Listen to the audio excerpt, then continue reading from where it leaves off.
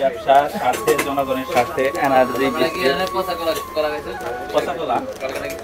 না, ওটা তো নরম হইতে হয়। শেক যেটা বানাইছে মিল্ক শেক স্পেশাল, কালকে খাওয়াইছে বুঝছেন ভাই, রাত্রে খাওয়াইছে।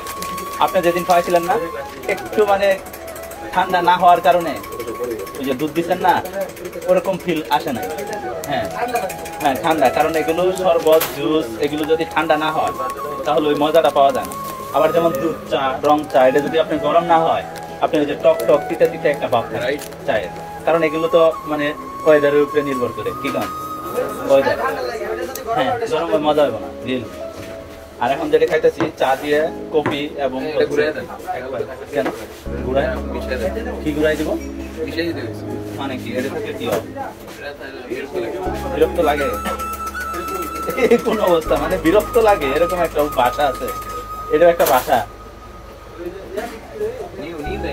একটা চামচ হতো আমার বিস্কুট করে খায়া লাগছে।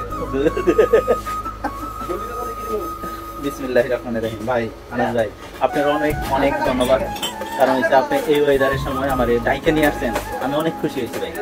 আমি আসতে চাইতেছি কিন্তু একলা একলা যে খাইমু একলা একলা খাই, আর কি মজাটা ওরকম পাওয়া যায় না, যেটা আপনি বুঝেন ভাই। খান একটু, thank you so much.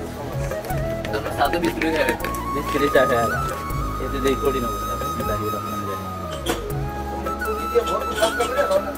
Tongi বাসা আপনি কোথায়?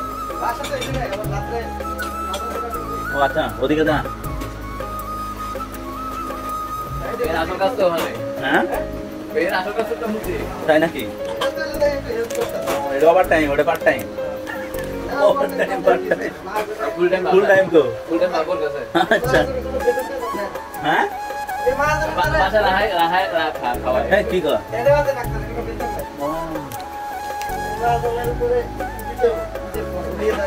তাই নাকি?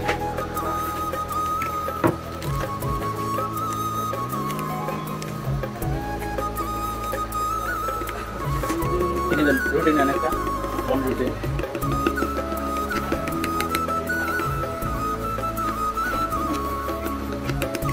ভাই এত খাওয়ায়েন না,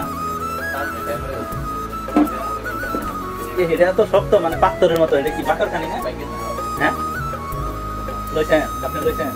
বিসমিল্লাহির রহমানির রহিম। এটা কেমনে খা চাবাই না কামড়ায় তাই নাকি? আমি প্রথম তাহলে খাই নাই তো, তখন